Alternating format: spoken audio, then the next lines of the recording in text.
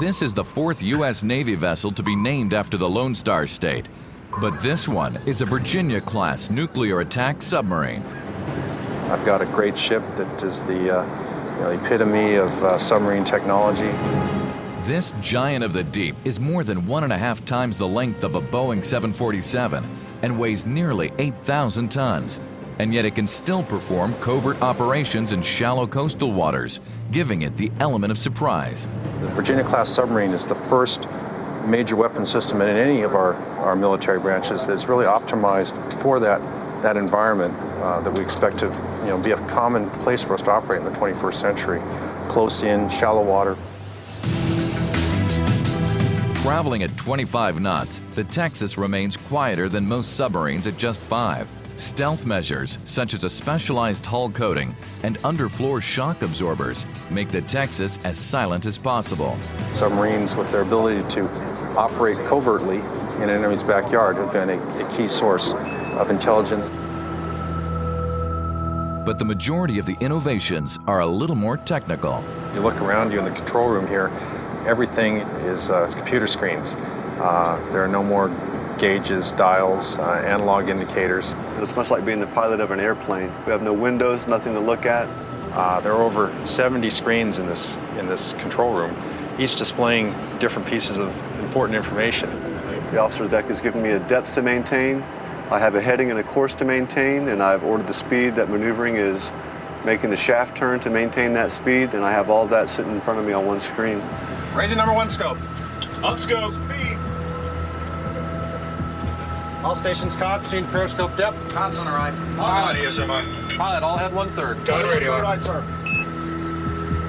Technology has even replaced the most recognizable feature of a traditional submarine interior, the polished poles of the periscope tube. Instead, the Texas has an external photonic mast, which doesn't penetrate the pressure hull. No close contact. No air contacts. Down scope. All that sophisticated technology counts for nothing without the ability to attack. And the Texas isn't short on firepower or psychological impact. One of the great things about the Texas, or the Virginia-class submarine itself, is we can carry a variety of different weapons on board. We can hold up to 24 weapons in the cradles.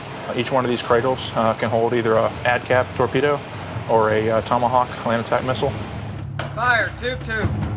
For short-range attacks, the Texas deploys Mark 48 advanced capability torpedoes designed to combat high-performance vessels.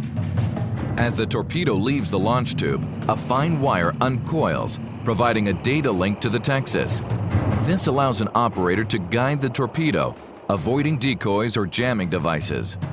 It has a wire attached to it, and it's able to be guided by the wire, but it is a smart enough weapon. It's completely autonomous. In longer-range scenarios, the Texas turns to its arsenal of 20-foot Tomahawk missiles, which can strike targets almost 1,000 miles away. Tomahawk missiles, essentially for us, it's a fire-and-forget missile.